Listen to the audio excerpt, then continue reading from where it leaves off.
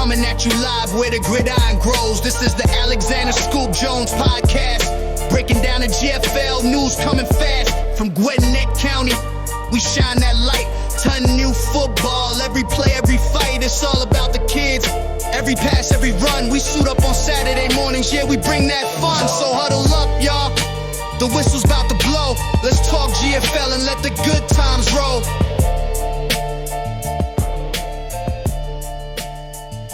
Welcome to the deep dive. Okay, so you've sent us sources on GFL 10-year-old youth football.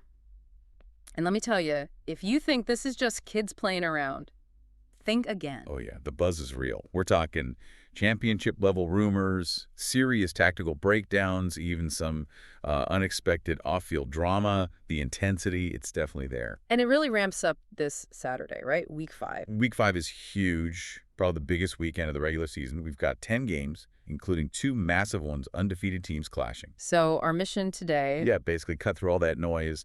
We'll look at the current top 10 power rankings, give you the key takeaways so you understand how this whole playoff picture might shake out after this weekend. Okay, let's unpack this. Where do we start? Those huge matchups, I assume, the colossal clashes. Exactly. Undefeated versus undefeated. Let's start with game 1. It's the Frst Dynasty. All we need is unity matchup of the week. Catchy name. Who's playing?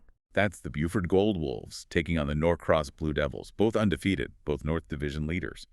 And they're playing at a neutral site, Peachtree Ridge. The thing that jumps out from the sources, wow, the defensive numbers, they're just kind of unbelievable for 10-year-olds. Right. Norcross is fantastic. They've outscored opponents 109-12. That's like, what, 3 points a game allowed? Which is amazing. Yeah. But then you look at Buford-Gold, they've scored 124 points and allowed only 7 total all season. 7 points, 1 touchdown. That's it. How does that even happen? Well, the sources point out, look at their combined games, Buford and Norcross. 6 of their 8 total games were shutouts. 6. So this game isn't likely to be a shootout then? No way. This screams defensive slugfest, like old-school trench warfare. It's probably going to come down to who blinks first in the fourth quarter, maybe field position. So prediction. Who does the data favor in a defensive grind like that? It's razor thin. The source prediction has Buford-Gold winning, but only by 2 points. 2 points. Wow. Yeah, and the thinking is, when points are that hard to come by, it might literally be about who makes the extra point after a touchdown. Yeah. That could be the difference. Crazy. Okay, that's one massive game. What's the other undefeated showdown? That's game 9, the Scoop-Tastic game of the week. You've got the undefeated Collins Hill Eagles going into the Dog Pound to face the undefeated North Gwinnett Bulldogs. Okay, another huge one. What are the stakes here? Pretty much the top spot in the North Division. Yeah. And, whoever wins, hits that magic 5-win mark, that Yeah. usually means you've punched your ticket to the playoffs pretty early. And Collins Hill, they're the offensive machine, right? Averaging over 25 points. Yeah, they can really light up the scoreboard, which is, like you said earlier about defense, almost unheard of for offense at this 10U level. But North Gwinnett, they're no pushover. They play tough. What's the key factor for them, according to the sources? It really comes down to the lines. Specifically, can the North Gwinnett offensive line handle the Eagles' pass rush? Collins Hill gets after the quarterback. Ah, okay. So if North Gwinnett can't protect their QB or run the ball. Exactly. They'll be in 3rd and long all day. The sources really emphasize controlling that defensive pressure from Collins Hill is job number 1 for the Bulldogs. So if they do manage the line, do they have a shot? Oh, absolutely. They definitely can win this game. But the lean in the prediction, based on that offensive firepower, is Collins Hill. Again, though, just by 2 points. Another nail-biter predicted. These top teams seem incredibly evenly matched. They really are. The top 4 or 5 are very close. Okay, let's shift gears. Moving away from those battles of titans to games that might have, let's call them hidden dangers. Trap games. Yeah, Game 3 fits that bill perfectly. It's the Lawrenceville-Black Knights traveling to play the Berkmar Patriots. Why is this a classic trap game? Context is everything here, right? Yeah. This is where the deep dive helps. Lawrenceville-Black has a massive game next week against Collins Hill. Huge EE. Ah, so the danger is they're looking ahead, already thinking about Collins Hill. Precisely. That's the textbook definition of a trap game setup. You overlook the opponent in front of you. And Berkmar, what's their situation? They're winless. And they've been shut out in 3 of their 4 games. So they're playing with nothing to lose, probably desperate for any kind of positive momentum. Okay, so prime upset potential. Well, on paper, yes. Mm. But Yeah. The talent gap is still pretty significant. Even if Lawrenceville-Black is a bit distracted, the sources still have them winning pretty comfortably by 18 points. Why so confident despite the trap? Their defense. Lawrenceville-Black's defense is just too solid, too disciplined.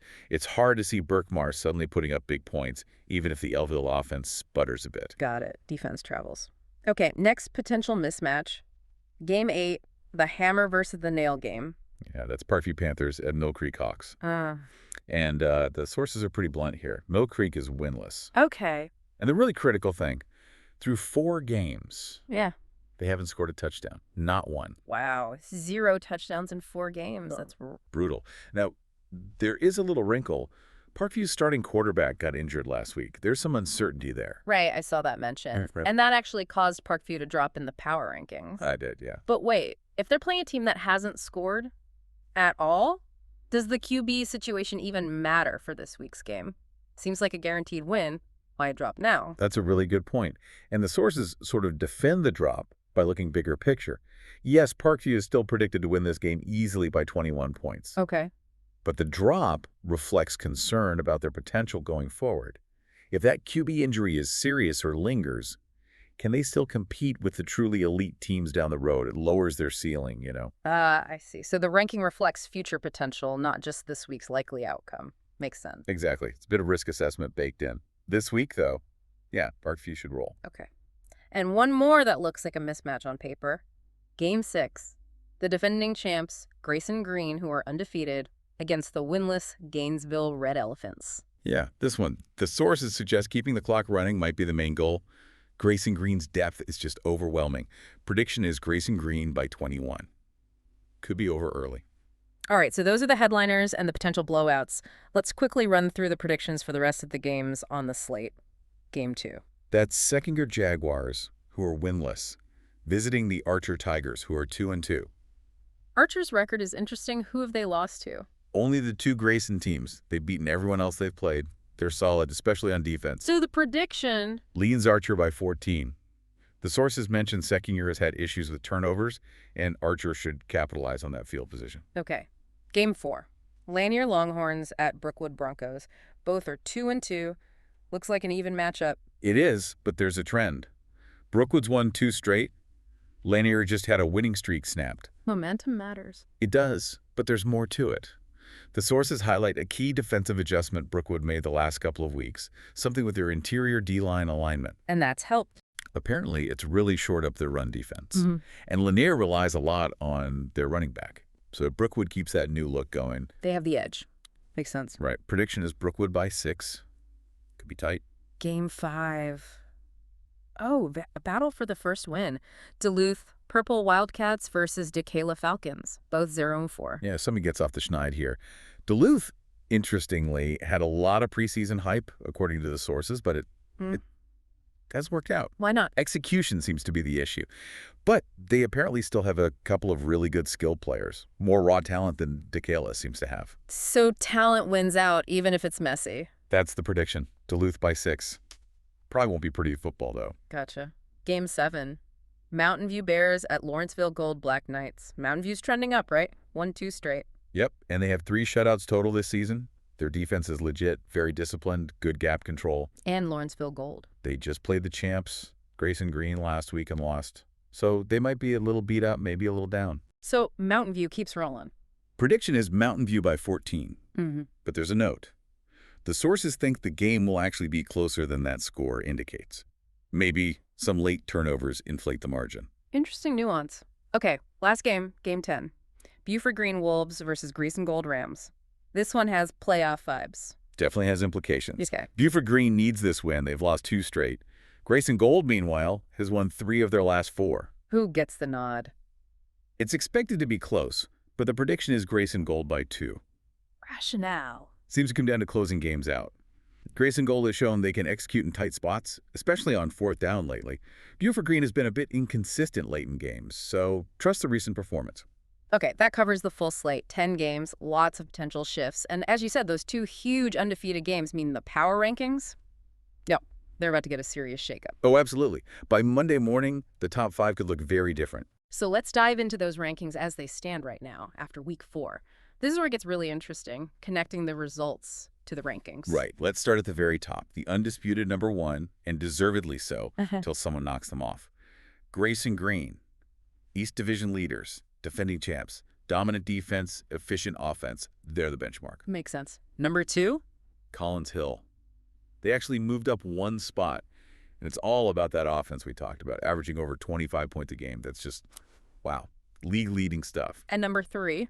Norcross from the North Division.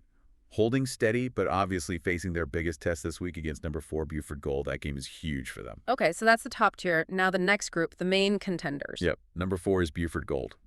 Still undefeated, and their ranking is built on that insane defense, only 1 touchdown allowed all year. Historic pace. Number 5? North Gwinnett. Also undefeated, and importantly, they've already beaten 2 other teams ranked in the top 10. So their schedule strength backs up the ranking. They're battle-tested. And number 6? Mountain View. Moving up.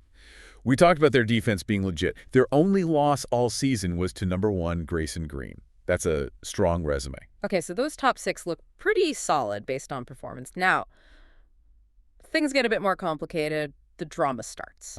Yeah. Let's talk about number 7, Buford-Green. Now remember, we just said they were on a 2-game losing streak. Right. So how are they still ranked 7th? Ahead of teams with better recent results. This is where you need that background context from the sources. Their Week 1 win, it wasn't really a win on the field. They protested the result, and Lawrenceville-Black ended up having to forfeit. Wait, seriously? A forfeit win? Yep. So their 3-1 record isn't quite earned in the same way. So is their ranking just based on reputation or perceived talent? Because the recent results aren't screaming top 10. It's a mix, I think. The sources suggest the talent level on that Buford-Green team is potentially top 5. Yeah. And the fact the league awarded them that forfeit, well, it signals that the powers that be still view them as a major player. It feels like potential's being ranked over current form. There's some politics, maybe. Okay, that clarifies things. Politics in 10U football rankings. Got it. Number 8. Parkview. They slid down a bit.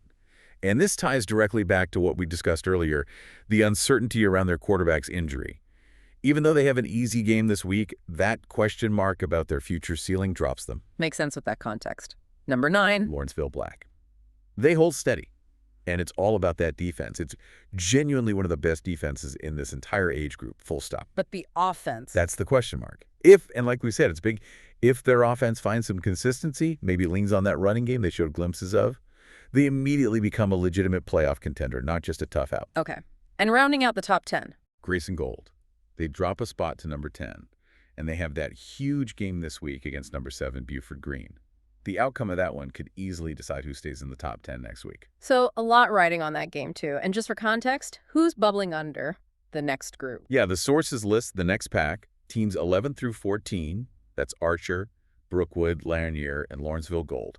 All teams capable of pulling an upset on their day. And the bottom. Way down at number 20. Mill Creek, still searching for that first win and that first touchdown. So what does this all mean, looking at the whole picture, the games, the rankings? What's the big takeaway for the championship race? It means Week 5 is absolutely pivotal. It's the great separator. You've got 2 games, Buford-Gold versus Norcross and Collins Hill versus North Gwinnett, where undefeated teams play each other. Right. 4 undefeated contenders go in. Only 2 can come out still undefeated. Exactly. The top 5 is guaranteed to be reshuffled. We're going to find out who the real elite contenders are versus maybe who had a slightly softer schedule early on. Yeah. This weekend defines the top tier. And don't forget those trap games like Lawrenceville-Black. Staying focused is key. Absolutely. You can't afford to slip up now. So Grayson-Green sits at number 1 right now, undisputed based on history and performance.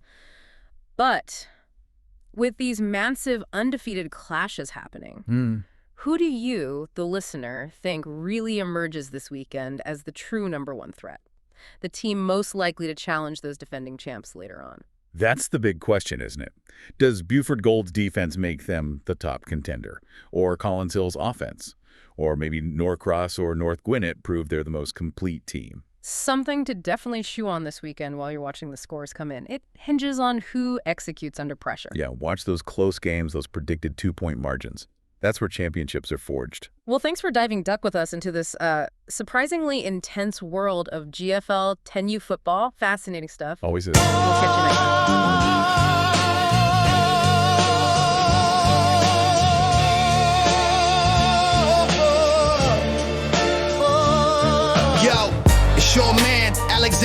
Scoop Jones, coming at you live where the gridiron grows. This is the Alexander Scoop Jones podcast, breaking down the GFL news coming fast from Gwinnett County. We shine that light, ton new football, every play, every fight, it's all about the kids. Every pass, every run, we suit up on Saturday mornings, yeah, we bring that fun. So huddle up, y'all, the whistle's about to blow. Let's talk GFL and let the good times roll.